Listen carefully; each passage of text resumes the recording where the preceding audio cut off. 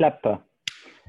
Chères étudiantes et chers étudiants, bonjour. Nous nous retrouvons aujourd'hui pour une nouvelle séance, comme disent les youtubeurs, une vidéo très spéciale, mais en réalité qui n'a d'autre de spécial que de poursuivre le développement de ces cours, de ce cours, avec aujourd'hui une séance qui traite du débiteur. Vous verrez en ligne que nous vous avons mis un extrait de l'ouvrage de Monsieur Brenner, qui d'ailleurs vous retrouverez encore, comme vous l'avez signalé, à l'occasion d'une autre vidéo, qui vous donne quelques éléments et qui vous permettront de mieux appréhender ce qu'on entend par un débiteur et les notions qui vont autour. Hervé, je te laisse bien sûr prendre la parole, la monopoliser et voir de quoi tu veux exactement que l'on parle. Moi, personnellement, je souhaitais quand même aborder des choses importantes qui traitent des biens insaisissables, ce qui me semble très important. Voilà, bon, on peut commencer par ça. Non, on commence pas par ça. On finit par ça. Ça Eh ben, on t'embête? finira par ça. Non, non, Ouais, pas du tout. Ça me va ça, bien. Ça me va bien. Non, notamment mais parce que je te voyais mettre à l'écran les dispositions du Code civil justement sur les régimes matrimoniaux, donc je oui, pense. mais c'est pas, pour moi, c'est pas la question des biens insaisissables, ça. Hein. D'accord. Très bien. Alors, en fait, l'idée est effectivement ce qui est en ligne vous rappelle quelques connaissances que vous devez connaître par ailleurs ou que vous allez connaître par ailleurs, puisque lorsque l'on procède à des saisies, la difficulté, c'est d'identifier le patrimoine. Et lorsqu'on identifie le patrimoine, on a aussi des questions qui se posent qui sont liées à la situation des débiteurs. La situation personnelle des débiteurs et notamment lorsqu'il s'agit de débiteurs mariés.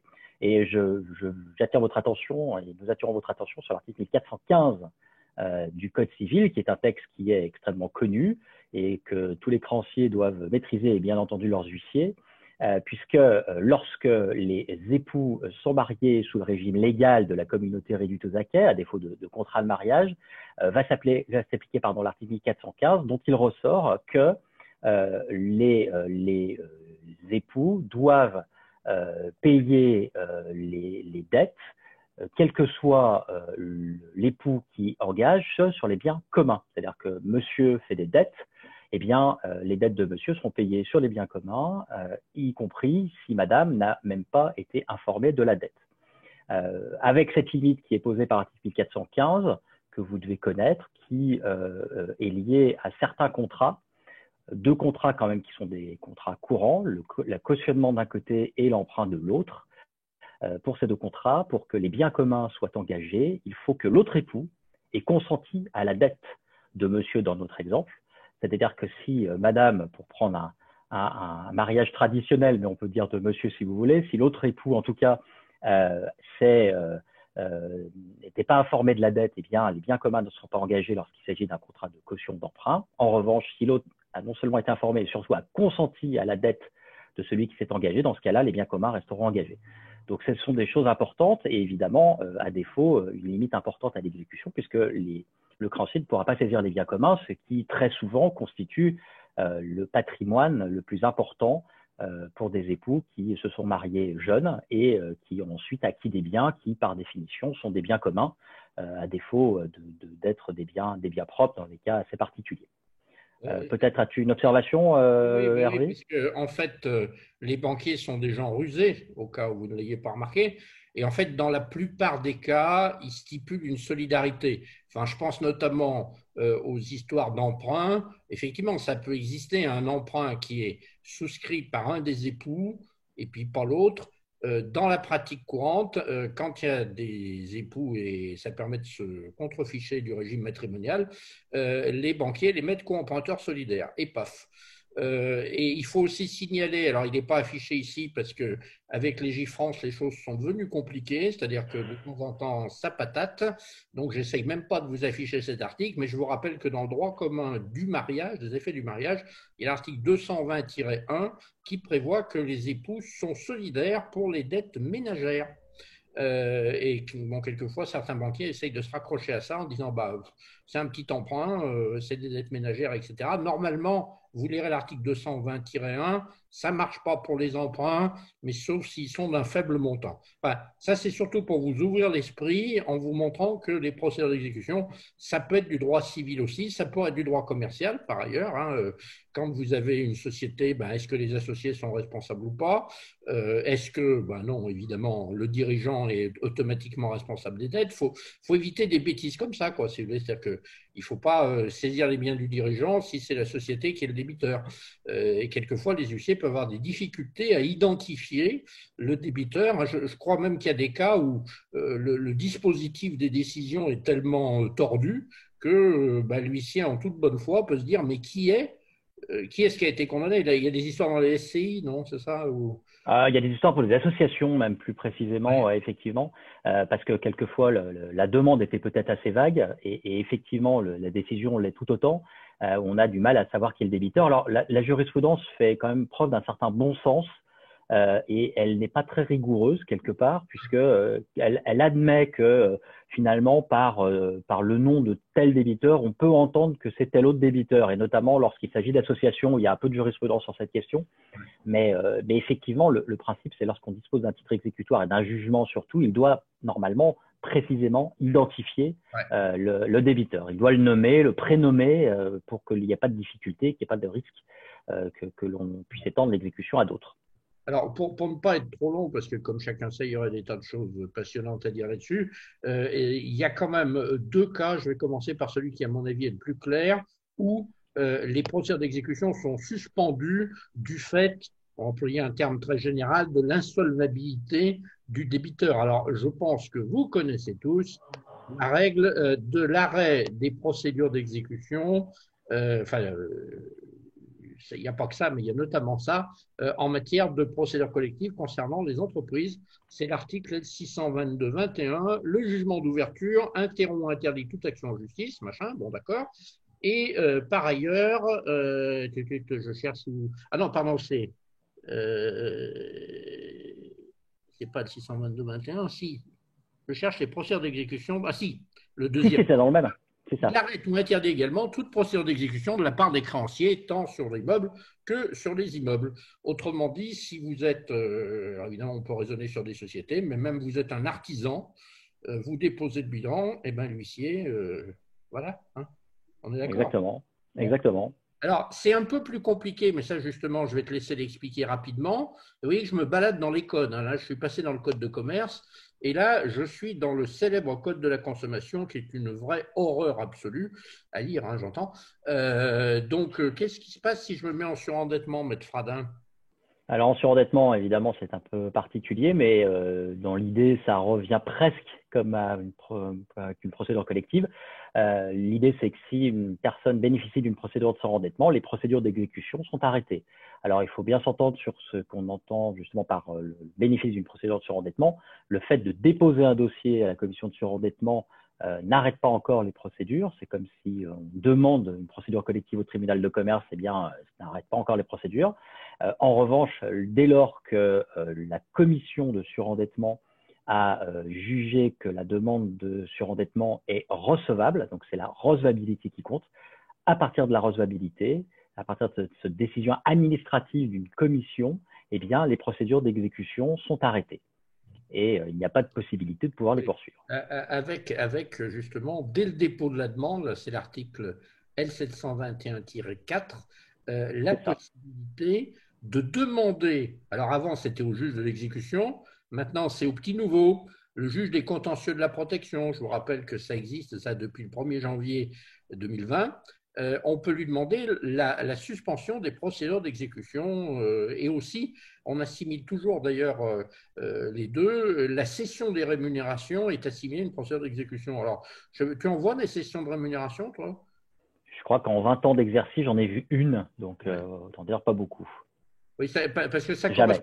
ça correspondrait à quoi? Ça correspondrait au fait que le salarié, pour payer sa dette, accepte de céder une partie de son salaire. Céder ses rémunérations. Voilà, ça se passe au tribunal effectivement, devant le juge, mais effectivement, c'est une cession.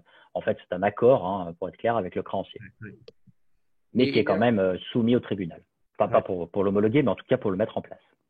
Et juste pour montrer aux étudiants comme la vie est compliquée, regardez l'article L721-7, en cas de saisie immobilière, lorsque la vente forcée a été ordonnée, le report de la date d'adjudication ne peut résulter que d'une décision du juge chargé de la saisie immobilière, qui d'ailleurs, alors lui qui est le GEX d'ailleurs, est saisi à cette fin par la commission. Alors je ne sais pas si vous aurez l'occasion d'en parler, parce que je sais que tu feras avec un autre intervenant la partie sur la saisie immobilière, mais il y a des interférences terrifiantes entre la procédure de saisie immobilière, le surendettement et même, pourquoi pas, les procédures collectives. C'est une matière vraiment très, très spécifique, très particulière. C'est ça, c'est ça.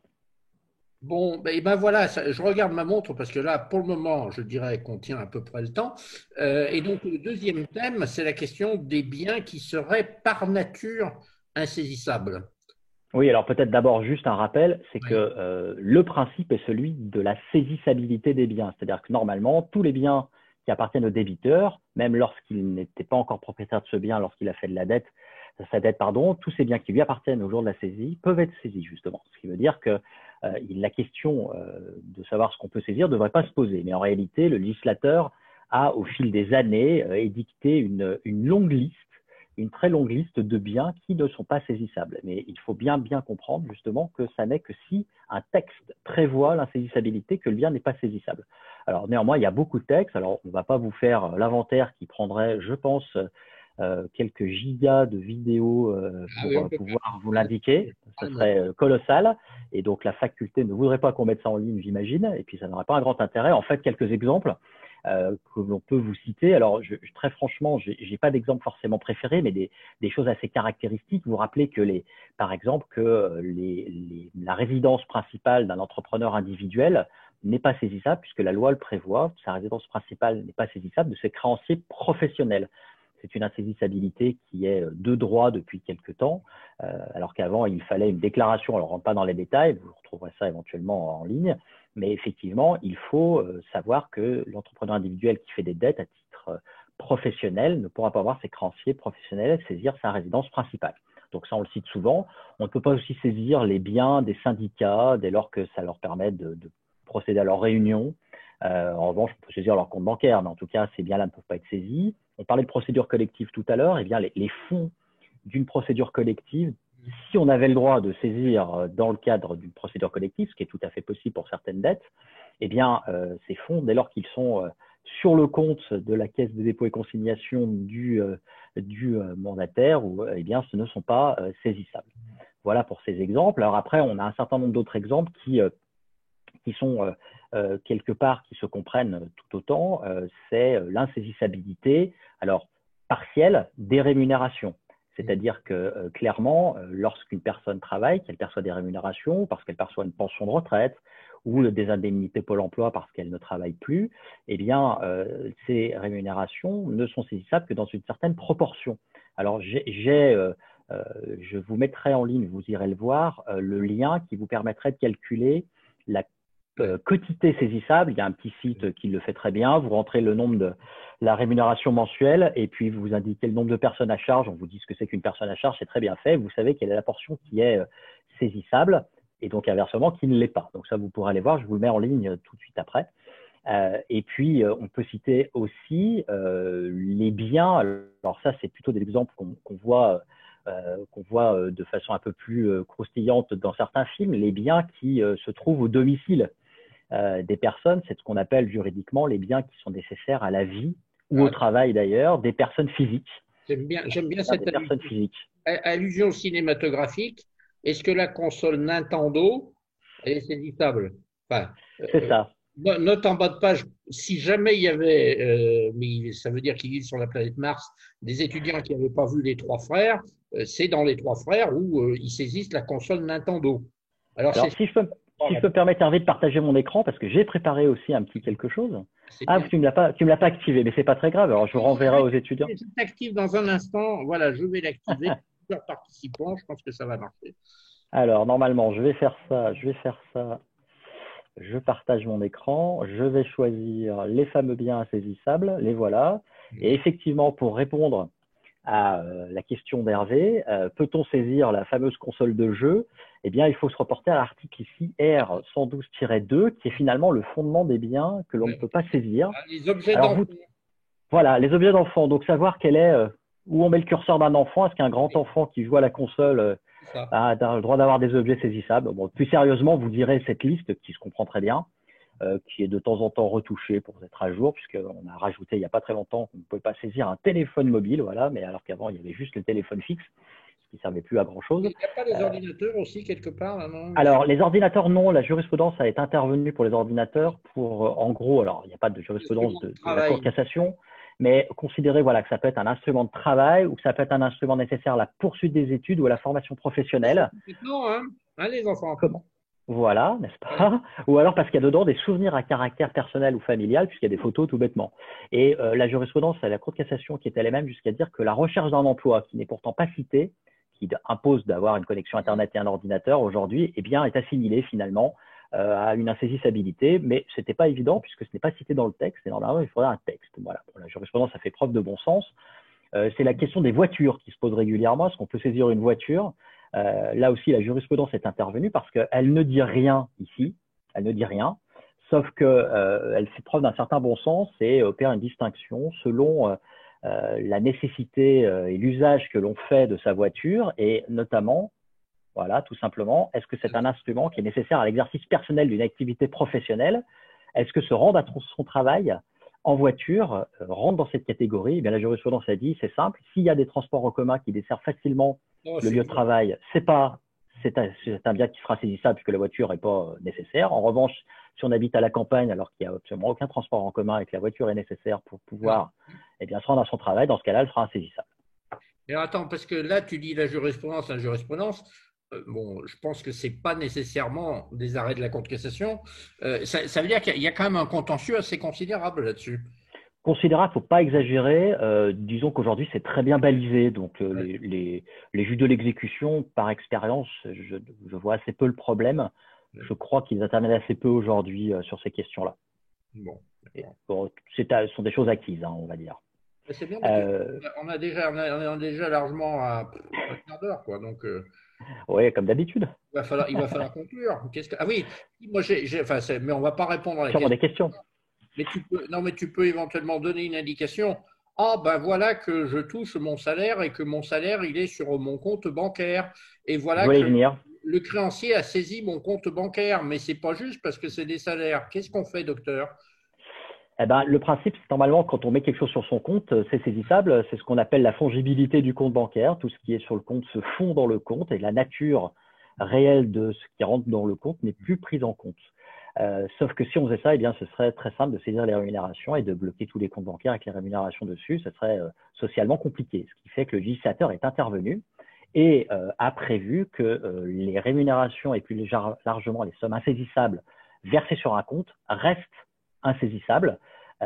C'est-à-dire que la rémunération conserve sa nature de rémunération et de ce fait-là, n'étant pas saisissable intégralement, eh bien, ne sera pas saisissable sur le compte bancaire. C'est important, sachant que et là, on peut aller un petit peu plus loin, sachant que les textes ont prévu, alors je vais me mettre de façon un peu plus simple pour pouvoir bouger mon écran, mais les textes ont prévu, si je ne dis pas de bêtises, je voudrais vous retrouver le texte, sauf que Moi, j'ai le souvenir que c'est très compliqué, hein, quand même. oui, c'est très compliqué, mais je vais simplement donner la bâtée. Alors ça, c'est le barème de saisie des rémunérations. Vous Bon, irez voir par ailleurs. On n'a pas le temps de le voir, mais c'est pas grave, je on vous le apprend mettrai en par cœur, ligne. docteur.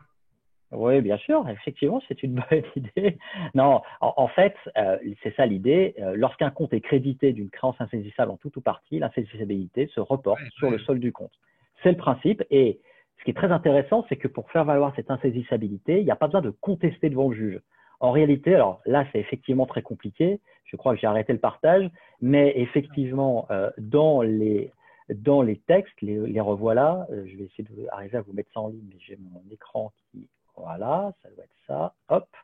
Voilà, effectivement, c'est ce texte-là qui va vous intéresser, alors qui est, je vous le montre, d'une complexité effrayante, qui est où, je ne sais plus où il est, mais ça doit être celui-là, du coup, voilà. Vous irez le lire et si vous comprenez quelque chose, eh bien, je vous félicite. En gros, ça veut dire quoi? Ça veut dire que si on saisit un compte bancaire, eh bien, on peut faire valoir l'insaisissabilité en justifiant auprès de son banquier que la somme est Ouais, constituée de ses rémunérations et le banquier lèvera tout seul la saisie, ouais. ce qui évite de saisir le juge et d'engager un procès. Donc, c'est un certain bon sens.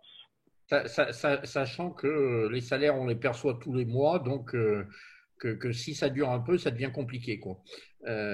Exactement. Et C'est surtout qu'on n'aurait pas les moyens de saisir le juge puisqu'on aurait ses comptes bloqués, donc on ne pourrait même pas effectivement pas payer payé. son avocat et payer son huissier qui Mais s'occuperait de les la avocats procédure. peuvent agir pro bono, comme on dit. Pro bono, C'est vrai, c'est gratos. vrai. Euh, Exactement, et gratos. et gratos. Pro bono et gratos. Bon, et coupe-nous dans le partage d'écran pour qu'on dise au Pardon, revoir poliment et qu'on nous voit tous les deux. Voilà, parce qu'on a fini pour aujourd'hui, hein. c'est ça, Voilà, alors on c'est va dire ça. au revoir, puis comme d'habitude, on reste 5 minutes ensemble pour faire le point entre nous, hein, mais j'arrêterai l'enregistrement. Donc, mesdames et Puis à messieurs, très bientôt. mes chers compatriotes, à bientôt pour pour de nouvelles aventures.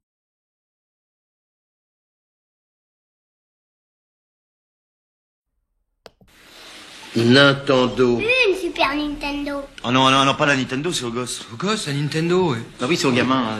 Non, non, prenez, je sais pas moi, la moquette, mes pompes, ce slip, mais pas la Nintendo, c'est aux gosses. Un super Nintendo. Mais il écoute rien, cet enculé.